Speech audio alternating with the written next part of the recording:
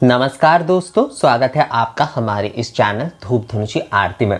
दोस्तों, एक भाई जो कि झारखंड में रहते हैं, उन्होंने मुझे एक मेल पे एक विषय के बारे में पूछा है, तो उसी के बारे में जो है मैं आपको आज थोड़ा विस्तृत में बताने वाला हूँ। वैसे तो मैंने मेल में उन्हें बता दिया है, पर मुझे लगा कि इसके ऊपर अगर एक विस्तृत वीडियो बनाते हैं तो ये बहुत अच्छा रहेगा। वो विषय ये है कि वो जो है कुछ दिन पहले द्वारका गए थे। झारखंड में रहते हैं ये भाई, मैं उनका नाम नहीं ले रहा हूँ अलग से, वो अगर देख रही है वीडियो तो वो समझ ही जाएंगे। झारखंड में रहने वाले ये भाई जो है वो द्वारका गए थे और द्वारका से वो जो है द्वारकाधीश के फोटो लेकर आए हैं और वो चाहते हैं कि अब द्वारकाधीश की जो है वो नित्य सेवा करें। वैसे वो वैष्णव भावना से ही अपने घर पे जो है पूजा पाठ आदि करते हैं, तो द्वारकाधीश की सेवा पूजा अब वो करना चाहते हैं नित्य दिन, यानी कि नित्य दिन की जो सेवा पूजा है वो मूल रूप से द्वारकाधीश की ही करना चाहते हैं अपने घर पर। और उनका एक कहना मुझे बहुत अच्छा लगा, वो ये है कि वो द्वारका जाकर आए हैं और उन्होंने कहा है कि अब मेरा मन कर रहा है वहाँ पर द्वारकाधीश के दर्शन तो हो गए, जीवन में एक बार द्वारकाधीश के दर्शन होना ही सबसे बड़ी बात है। और क्योंकि अभी द्वारकाधीश के दर्शन हो चुके हैं एक बार, अगर कभी मौका मिले तो अवश्य करूँगा, पर मेरा अब मन ये करता है कि मैं और कहीं पर ना जाऊँ, मुझे और कोई तीर्थ या फिर किसी और जगह पर जाने की कोई इच्छा नहीं है भाई। मैं जो है घर पे बैठकर जो है नित्य दिन जो है अपने प्रभु की सेवा करना चाहता हूँ, द्वारकाधीश की सेवा पूजन अपने घर पे करना चाहता हूँ। तो यही वो कर सकते हैं या नहीं, इसी के ऊपर एक्चुअली सवाल है। तो इस भाई को ना सबसे पहले तो मैं बहुत बहुत जो है उन्हें शुभकामनाएं देना चाहूँगा, क्योंकि ऐसे जो भावना है वो बहुत कम लोगों के मन में आते हैं कि मुझे कहीं जाने की ज़रूरत नहीं है, मेरे लिए सारे तीर्थ जो है वो मेरे इष्ट में ही अपने घर पे ही हो, यानी अपने घर के आराधना स्थल, चाहे वो मंदिर हो या फिर कई लोग तो जैसे कि मतलब कई लोग चौकी लगाकर भी जो है भगवान को प्रतिष्ठा करते हैं, क्योंकि हर किसी के घर पे उतना जगह नहीं होता है। तो ज़रूरी वो विषय नहीं है कि किसके घर में क्या जगह है और क्या नहीं है, सबसे ज़रूरी बात मन में जगह देना है।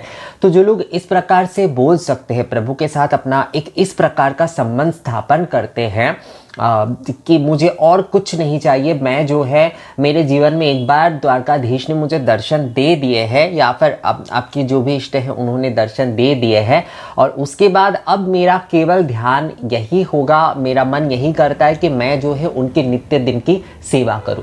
तो इससे बढ़कर बड़ी बात, इससे बढ़कर भावना जो है और कुछ हो ही नहीं सकता। इस प्रकार की सेवा अगर की जाए, मतलब इस भावना के साथ, तो प्रभु उन्हें अवश्य जो है अपने आशीष ज़रूर देंगे। अर्थात भगवान ना, आशीष का क्या मतलब होता है दोस्तों, भगवान आपको हमेशा उनकी सेवा में जो है वो व्यस्त करके रखेंगे। तो यही सबसे बड़ी आशीष होती है कि भगवान जब उनके सेवा का मौका आपको अपने जीवन में देते हैं, उस सेवा में आपको व्यस्त करते हैं ना, तो इससे बढ़कर और कोई सौभाग्य और कोई आशीष हो ही नहीं सकता है। तो द्वारकाधीश की स्थापना, द्वारकाधीश की पूजा जो है वो किस प्रकार से करनी चाहिए। द्वारकाधीश की स्थापना वैसे तो क्योंकि वो फ़ोटो लेकर आए हैं, जहाँ तक मुझे उन्होंने बताया है, तो द्वारकाधीश की फ़ोटो जो है आप किसी भी शुभ दिन पर या फिर पूर्णिमा के दिन जो है आप अपने मंदिर में जो है वो प्रतिष्ठा कर सकते हैं। उसके लिए जैसे कि आप कलश स्थापना करके उसके साथ साथ पंचोपचार पूजा होगी, उसके साथ साथ जो है आपको आरती करना होगा और प्रतिष्ठा आरती जो होती है वो आपको करना होगा। उसके साथ साथ आप जो मतलब नॉर्मली जो पंचोपचार, दशोपचार, जो भी पूजा आपको करना है आप वो कर सकते हैं। षोडशोपचार विधि से अगर पहले दिन की पूजा करते हैं प्रतिष्ठा के दिन के, तो वो तो बहुत ही अच्छा रहेगा। उसके साथ आप आरती करिए, भोग जिस प्रकार से आप लगाना चाहते हैं उस प्रकार से आप भोग लगाइए और उसके बाद जो है फिर से आरती करिए, अर्थात जो है प्रतिष्ठा आरती करिए। उसके बाद जो है आप षोडशोपचार पूजा विधि के बाद एक बार आरती करिए और उसके बाद जो है भोग आदि लगाकर आप पूर्ण आरती, से कहा जाता है पूर्ण आरती करना। तो इस प्रकार से जो है आप प्रतिष्ठा कर सकते हैं। प्रतिष्ठा यहाँ पर ना, प्रतिष्ठा आरती का यहाँ पर मतलब होता है जो प्राण प्रतिष्ठा। एक्चुअली मैं कहता हूँ, कई लोग मुझसे ये पूछते हैं ये सवाल कि जब हम फोटो में रख रहे हैं तो उसमें प्राण प्रतिष्ठा अलग से करने की ज़रूरत होगी या नहीं। तो फोटो में प्राण प्रतिष्ठा या फिर इस विषय जो आरती होती है वो उस प्रकार से नहीं होती है, पर स्वागत आरती होती है, अर्थात भगवान के आप स्वागत कर रहे हैं, इस प्रकार से जो है एक आरती होती है। उसे पूजा की आप पहली आरती बोल सकते हैं, मतलब प्रतिष्ठा आरती ही उसे बोल सकते हैं। पर जो प्राण प्रतिष्ठा आरती, जैसे मूर्ति के लिए जो है यह प्राणा सर्वेंद्रियानि यह स्थितानि, ये कहते हुए जो है धूप दीप से आरती करना होता है, वो फोटो के लिए वो नियम जो है उस तरीके से लागू नहीं होता है। फोटो में आप बोल सकते कि जो आरती होती है, जो प्रथम आरती होती है षोडशोपचार पूजा के पहले कलश स्थापना के बाद जो है वो स्वागत आरती होती है। तो इस प्रकार से जो है आप द्वारकाधीश के जो है आप प्रतिष्ठा कर सकते हैं। एक भाई ने मुझे रणछोड़ जी के बारे में भी पूछा था, तो रणछोड़ जी की भी प्रतिष्ठा इसी प्रकार से किया जा सकता है। मैं द्वारकाधीश के ऊपर बता रहा हूँ, आप लोग चाहे श्रीनाथ जी के करें, आप लोग चाहे रणछोड़ राय जी के करें, या फिर जो है आप बांके बिहारी के करना चाहे, तो किसी के भी ठाकुर जी के आप किसी रूप की भी जो है आप पूजन करना चाहते हैं, प्रतिष्ठा करना चाहते हैं आपके घर पे, तो इसी विधि से जो है आप वो कर सकते हैं। अब द्वारकाधीश के अब विषय, सेवा की विषय थोड़ा अलग अलग हो जाता है। सेवा के विषय क्या अलग अलग हो जाता है? द्वारकाधीश जो है वो राजा है, तो द्वारका के वो राजा है, तो इसलिए उनके जो भी सारे श्रृंगार आदि होते, उनके जो भी सारे पूजा आदि होते हैं, वो एक राजा की तरह होती है। दिन में जो है 4 बार उनको भोग लगाया जाता है, 4 बार उनकी महा आरती यानी विशेष आरती की जाती है। उन्हें तांबुल और शरबत जो है दिन में 4 बार लगाया जाता है। केसर का शरबत जो है वो दिन में 4 बार लगाया जाता है, और उनके तांबुल भी दिया जाता है। और पोशाक, विशेषकर द्वारका में जो विषय होता है वो राजवेश होता है, क्योंकि द्वारका में भगवान जो है वो पोशाक पहनने ही आते हैं। 4 धाम है ना, तो 4 धाम में जैसे कि रामेश्वरम में स्नान करते हैं, पुरी द्वारका में जो है वस्त्र पहनते हैं, पुरी धाम में भोजन करते हैं, और बद्रीनाथ में शयन करते हैं। तो इसी प्रकार से जो है भगवान श्री विष्णु जो है वो इन चारों धामों में जो है इन वस्तुओं को ग्रहण करते हैं, अर्थात स्नान करते हैं, वस्त्र पहनते हैं, भोजन ग्रहण करते हैं और शयन करते हैं। मतलब ये इस क्रिया से चलते हैं, वस्तु का मतलब है कि इस क्रिया से जो है वो चलते हैं। तो इसलिए जो है ये 4 धाम बहुत ही पवित्र है। तो द्वारका में क्योंकि वस्त्र पर विशेष जोर दिया जाता है, क्योंकि श्री हरि जो है वहाँ के राजा है, श्री कृष्ण जो है वहाँ के राजा है, तो आप भी जब अपने घर पे, क्योंकि फोटो में आप सेवा कर रहे हैं, वहाँ पर तो वैसे वस्त्र आप उस तरीके से शायद ना पहना पाए, या फिर वस्त्र चाहे तो उपवस्त्र जो होता है मूल रूप से जो उत्तरीय होता है वो आप दे सकते हैं भगवान को सजाकर बहुत अच्छे तरीके से। मेरा यहाँ पर कहने का मतलब है कि वस्त्र अगर आप फोटो में नहीं भी पहना रहे हैं, फोटो के भी वस्त्र अलग से मिल जाते हैं, तो वो अगर आप पहनाते हैं, अगर नहीं भी पहनाते हैं तो आप पुष्प श्रृंगार अवश्य करिए। कोशिश करिए कि प्रतिदिन जो है बहुत अच्छे से जो है पुष्प का श्रृंगार करें। पुष्प का श्रृंगार का मतलब होता है तुलसी पत्र की माला हो, या फिर कोई भी पीले पुष्प की माला हो, सफ़ेद पुष्प की माला हो, चंदन जो पीले चंदन होते हैं उससे जो है, सफ़ेद चंदन, पीले चंदन, इन सारी चीज़ों से जो है आपको श्री हरि के मतलब श्री द्वारकाधीश के जो है वो आपको श्रृंगार अवश्य कराना चाहिए। और उसके साथ साथ जो है आपको उन्हें धूप विलास भी देना चाहिए। धूप विलास का मतलब होता है यहाँ पर राल, गुग्गुल, अगरू, चंदन जो है वो आपको श्रृंगार, जब आप पुष्प श्रृंगार करेंगे तो उस समय जो है आपको भगवान को धूप विलास भी देना है, क्योंकि वो राजा है, राजा की तरह ही आपको उनकी सेवा करना होगा। आप देखेंगे जब द्वारका में जैसे पोशाक होता है और उसके साथ साथ उन्हें ना धूप दिखाया जाता है, चांदी के एक जो धूप पात्र होते हैं उसमें उन्हें जो है अगरू आदि इन सारी चीज़ों से धूप दिखाया जाता है। उसके बाद तो कपूर आरती होती है, दीप आरती होती है, 28 दीपक से प्रतिदिन उनकी आरती होती है। तो ये सारी चीज़ें तो वैसे घर पे जैसे कि 28 दीपक से शायद प्रतिदिन आरती करना संभव नहीं है, पर कम से कम पंच दीपक, घी के पंच दीपक से आरती करने की आप कोशिश अवश्य करिए। तो श्रृंगार पर आप जो है विशेष ध्यान दीजिए। अगर 4 बार जो है आप सेवा करते हैं, क्योंकि जिस भाई ने मुझे कहा था तो उनका सेवा के ऊपर ही ज़्यादा ध्यान है, तो अगर वो 4 बार, मैं मान लेता हूँ कि वो 4 बार ही सेवा करेंगे, तो 4 बार अगर आप सेवा करते हैं तो उसमें आपको मंगल आरती तो करना है, उसके साथ साथ आपको पूर्वाह्न की सेवा करना है, आपको जो है मध्याह्न की एक बार सेवा करना है, वैकाल यानी कि 4 बजे आपको एक बार सेवा करना है, और सायाह्न यानी कि शाम के समय का सेवा करना है। तो ये 4 संध्या में सेवा होता है। एक्चुअली त्रिसंध्या कहा जाता है मूल रूप से, पर ये 4 वक्त यानी कि 4 संध्या में जो है आपको सेवा करना है। वैसे त्रिकाल संध्या जो होती है ना, वो एक्चुअली पूर्वाह्न के भीतर एक होता है, मध्याह्न होता है और सायाह्न होता है, पर यहाँ पर 4 बार जो है आपको सेवा करना पड़ेगा। और जो मंगल मुहूर्त है उसमें जो है आपको आरती अवश्य करना पड़ेगा। तो देखा जाए तो 5 बार हो गया, पर वो क्योंकि केवल आरती है तो मैंने उसे जो है अलग से काउंट नहीं किया।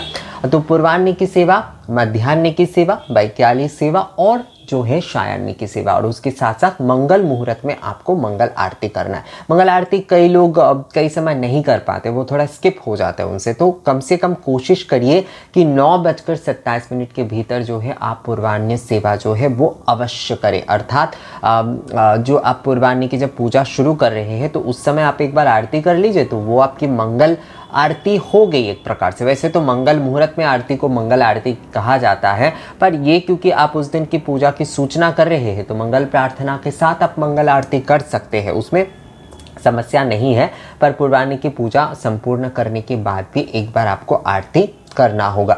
तो द्वारकाधीश को जो है आपको श्रृंगार अवश्य कराना है, आपको जो है धूप विलास अवश्य कराना है। अब विषय आ जाता है कि अब भोग जो है वो द्वारका मंदिर के तरह ही दिया जाए। देखिए दोस्तों, मैंने आपको सेवा के बारे में बताया, ये मैंने उन लोगों के, क्योंकि वो भाई जो है वो सेवा मूल रूप से करने के बारे में बोल रहे थे, तो मैंने उस विषय से आपको बताया। आप चाहे तो 2 बार भी सेवा कर सकते हैं, अर्थात पूर्वाह्न के भीतर आप कर सकते हैं और सायाह्न भी कर सकते हैं, या फिर केवल जो है पूर्वाह्न, मध्याह्न या सायाह्न कर सकते हैं। अगर 4 बार नहीं कर पाते हैं तो पूर्वाह्न की पूजा आपको करना ही है और उसके साथ साथ सायाह्न की पूजा आरती भी आपको करना ही है। जो लोग 4 बार नहीं कर पा रहे, मैं 4 बार ही कहता हूँ सभी को, क्योंकि जो लोग करना चाहते हैं 4 बार तो उन्हें भी मदद मिल जाएगा इस विषय को जानकर, और उसके साथ साथ जो लोग 2 बार करना चाहते हैं उन्हें भी इस विषय से ही नॉलेज मिल जाता है। तो इसलिए जो है मैं 4 बार की, देखिएगा आप, मैं जो भी सारी सेवा पूजा के बारे में बताता हूँ तो उसमें ज़्यादातर जो है मैं 4 बार की अकॉर्डिंग ही बताता हूँ, ताकि जो है वो सभी को एक साथ नॉलेज मिल जाए। 4 बार जो लोग करेंगे उन्हें भी, और 2 बार या 3 बार जो लोग करना चाहते हैं उन्हें भी। भोग, जैसे कि आप भोग में आप जो चढ़ाएंगे वो आप अपने परिवार के अनुसार चढ़ा सकते हैं, पर मैं आपको कहूँगा कि क्योंकि वो राजा के भोग आप चढ़ा रहे हैं, द्वारकाधीश क्योंकि राजा है, तो आप उनके लिए जो है शरबत का बंदोबस्त अवश्य रखिएगा, दूध, किशमिश, इन सारी चीज़ों का बंदोबस्त रखिएगा। उसके साथ साथ जो है आपको एकदम वेजिटेरियन बनाना है। वेजिटेरियन एकदम का क्या मतलब है, कान्हा के खाने में ना कई लोग अदरक, टमाटर, ये सारी चीज़ें भी इस्तेमाल नहीं करते हैं, तो इन सारी चीज़ों का ध्यान रखते हुए ही जो है आपको एक प्रकार से राजभोग बनाना है। राजभोग का एक्चुअल मतलब होता है कि आपको 3 तरह की सब्जी या दाल जो है भगवान को पूरी के साथ अर्पण करना चाहिए, उसके साथ साथ हलवा अवश्य दीजिएगा। अब कई लोग मुझसे ये सवाल करते हैं कि हम जो है रणछोड़ राय जी को, श्रीनाथ जी को, क्या हम अन्न का भोग दें? तो देखिए दोस्तों, अन्य भोग जो होता है मैं वैसे कई समय बता देता हूँ कि हाँ आप दीजिए, क्योंकि वो लोग दे रहे हैं तो मैं उन्हें मना तो नहीं करता हूँ, पर अन्य भोग देने के कुछ विधि होते हैं। चावल का जो भोग दिया जाता है उसकी कुछ विधि होते, उसके कुछ निवेदन के मंत्र होते हैं, उस हिसाब से देना पड़ता है। तो इसलिए जो है मैं हमेशा कहता हूँ कि अगर आप जो है अन्न भोग का चलन आपके घर में नहीं है तो अलग से आप जो है अन्न का भोग मत दीजिए, आप पूरी सब्जी, हलवा, इन सारी चीज़ों का ही भोग जो है वो आप भगवान को दीजिए। और उसके साथ साथ मतलब मध्याह्न की भोजन आप यही दे दीजिए, बाकी समय में अगर आप जो है भोजन देना चाहते हैं तो उसमें ड्राई फ्रूट्स या फल आप दे सकते हैं। भगवान को शरबत जो है वो अवश्य दीजिएगा, तांबुल जो है वो अवश्य दीजिएगा। प्रतिदिन की पूजा को अगर आप 4 भाग में करते हैं तो आप पूर्वाह्न के समय जो है ड्राई फ्रूट्स वगैरह ये सारी चीज़ें दे दीजिए शरबत के साथ। मध्याह्न के समय पूरी सब्जी, ये जो कुछ भी आप बना रहे हैं वो आप दीजिए। वैकाली का जो समय होगा उस समय आप मिछड़ी के शरबत दीजिए, उस समय आपने लड्डू वगैरह मतलब कुछ मिठाई का आप भोग दे दीजिए उस समय, या फिर माखन मिश्री भी आप उस समय दे सकते हैं। सायाह्न या फिर संध्या आरती के बाद, कई लोग संध्या आरती के पहले देते हैं, कई लोग संध्या आरती के बाद देते हैं। सायाह्न के समय जो है ना आप थोड़ा हल्का फुल्का, जैसे कि ये आप पूड़ी, हलवा पूड़ी आप दे सकते हैं, या फिर जो है कई लोग जैसे कि ये बताशे वगैरह इस प्रकार का भी भोग चढ़ाते हैं सायान्य के समय, क्योंकि रात का खाना जो होता है वो हल्का होना चाहिए इस हिसाब से। तो आप जो है उस हिसाब से भी जो है भगवान को भोजन दे सकते हैं, जो रात्रिकालीन में भोजन बोल रहा हूँ उस विषय में। तो 4 बार अगर आप कर रहे हैं तो इस अकॉर्डिंग में कर रहे हैं। केवल आप पूर्वाह्न की आप अगर पूजा कर रहे हैं और सायान्य की पूजा कर रहे हैं, मध्याह्न की अगर कर रहे हैं तो जैसे सुबह के समय आप नाश्ता वगैरह ये सब कुछ चढ़ाते हैं, मध्याह्न के समय आप भोग दे दीजिए, और जो है आप सायान्य के समय जो है आप हल्के फुल्के का भोजन जो है आप भगवान को चढ़ा सकते हैं।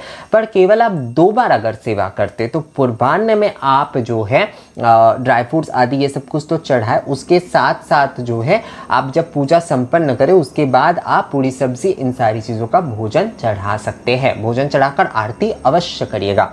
और सायान्य के समय जिस तरीके से मैंने बताया, मतलब सायान्य के समय हल्का फुल्का विषय जो है वो आपको भोजन लगाना चाहिए। कई लोग पूरी सब्जी भी देते, कई लोग पूरी और दूध के साथ भी देते, कई लोग आलू के सब्जी और पूरी और उसके साथ साथ जो है 2 बताशे भी देते।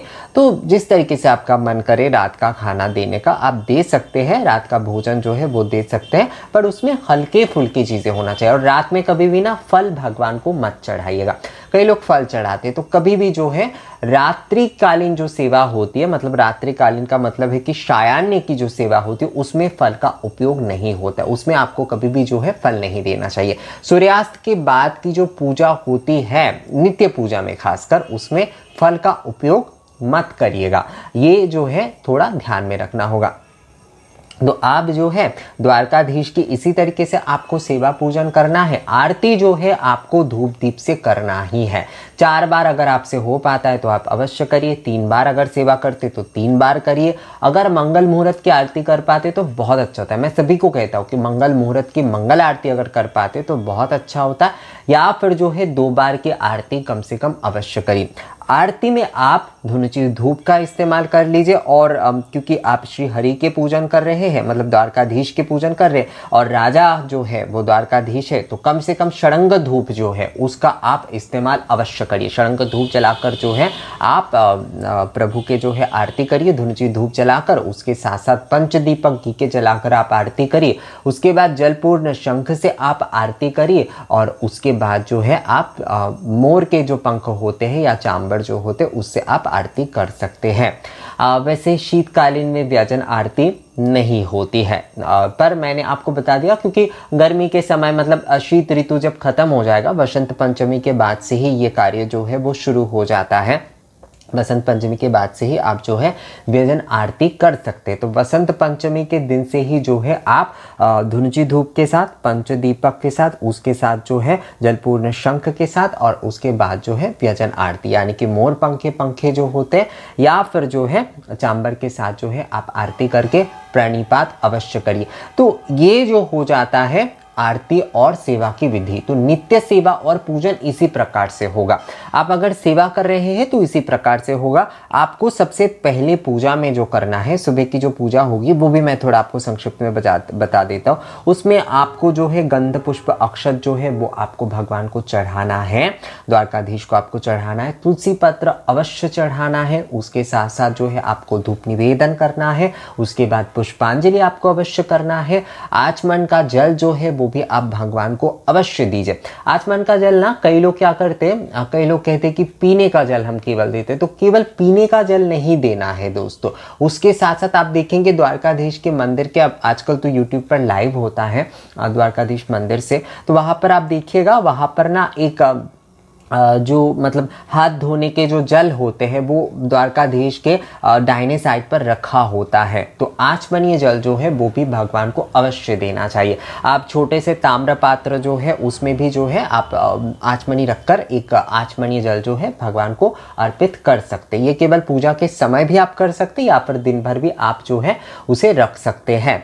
संध्या के समय उसे बदल दीजिएगा। संध्या के समय और ज़रूरी नहीं होता है, संध्या आरती के समय जो है उसे आप हटा दीजिएगा। उसके बाद जो है आचमनीय पात्र की आचमनीय जल की जो है वो ज़रूरत नहीं होती है। तो धूप आपको दे देना है, उसके बाद जो है आपको आचमनी यानी पुनराचमनी आप देकर जो है आपको पुष्पांजलि करना है और उसके बाद आपको आरती करना है। अब जो है केवल जो लोग पूर्वाह्न की पूजा कर रहे हैं वो लोग भोग चढ़ाकर आरती करें, और जो लोग मध्याह्न की भी पूजा सेवा करेंगे वो मध्याह्न के समय भोग आदि चढ़ाकर आरती करेंगे। मतलब पूर्वाह्न की पूजा यही तक होगा। आपने जो है गंध पुष्प अक्षत तुलसी पत्र धूप पुनराचमनीय चढ़ा दिए और उसके बाद जो है आपने पुष्पांजलि आरती कर दी, तो पूर्वाह्न की पूजा जो है नित्य पूजा वो मूल रूप से यही तक होगा। उसके बाद भोग सेवा आदि जो कुछ भी होगा वो आपको करना होगा। तो इसी प्रकार से जो है आपको द्वारकाधीश की पूजन करना है। और एक सवाल मैं और बता देता हूँ, ये सवाल जो है बहुत आता है, वो ये है कि अगर हम जो है ये एक्चुअली मुझे ये सवाल मिला था कि ये शायद बांके बिहारी के विषय में मिला था कि बांके बिहारी जी की अगर हम जो है कलश स्थापना करते तो वो हमें कब बदलना चाहिए।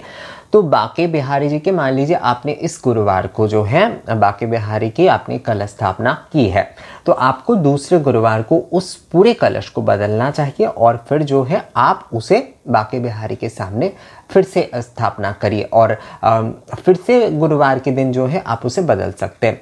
कई लोग जो है ये नियम महीने में एक बार करते हैं, यानी कि हर पूर्णिमा में वो करते हैं। ठाकुर जी के लक्ष्मी नारायण हो, जानकी रघुनाथ हो, या फिर जो है राधा कृष्ण जी के सामने अगर वो कलश रखते हैं, या फिर बांके बिहारी जी हो, श्रीनाथ जी हो, द्वारकाधीश किसी के सामने भी जो है वो अगर कलश रखते तो वो हर पूर्णिमा पर बदलते। तो आप क्या जो है मासिक तौर पर करना चाहते हैं या फिर जो है साप्ताहिक तौर पर करना चाहते हैं, यानी कि हर हफ्ते आप बदलना चाहते हैं या फिर हर महीने आप बदलना चाहते हैं, इस चीज को जो है आप थोड़ा पहले समझ लीजिए। तो पूर्णिमा से लेकर पूर्णिमा तक भी आप बदल सकते हैं या फिर गुरुवार से लेकर गुरुवार तक भी आप जो है कलश बदल सकते हैं अगर आप कलश रखते हैं तो। और कलश रखना चाहिए या नहीं, मैं तो हमेशा कहूँगा कि कलश अवश्य रखिए। कोई भी पूजा आप कर रहे हैं, मूल रूप से जिस भगवान को आप इष्ट मानकर पूजन कर रहे हैं उनका कलश आप अवश्य स्थापना करिए दोस्तों, ये बहुत ही अच्छा होता है। तो द्वारकाधीश की पूजा में मूल हमें जो है श्रृंगार पर ध्यान देना है। हम वस्त्र श्रृंगार जो है फोटो पे अगर नहीं कर पा रहे हैं तो उसमें जो है हमें पुष्प श्रृंगार अवश्य करना चाहिए और उसके साथ साथ धूप विलास हमें करना चाहिए। हमें जो है आरती जो है वो विशेष रूप से करना चाहिए। भोग आदि जो है वो हम अपने परिवार के परंपरा अनुसार करेंगे, पर जो है क्योंकि द्वारकाधीश जो है वो राजा है तो उस बात का ध्यान में रखते हुए जो है हम द्वारकाधीश की सेवा के ये आयोजन जो है वो करेंगे। इस विषय को थोड़ा बस समझना होगा। तो दोस्तों मुझे लगता है ये एक्चुअली एक जन का सवाल था, तो मुझे लगा कि इस विषय में वीडियो बनाते हैं ताकि किसी का अगर कोई जानकारी चाहिए होगा इस विषय में तो उनका ये क्लियर हो जाएगा। तो ये वीडियो कैसा लगा आप लोगों को दोस्तों, मुझे कमेंट्स करके ज़रूर बताइएगा। अगर ये वीडियो अच्छा लगा है तो इसे लाइक और शेयर भी ज़रूर कर दीजिएगा। मिलेंगे आपसे अगले वीडियो में नए जानकारी के साथ, तब तक के लिए नमस्कार।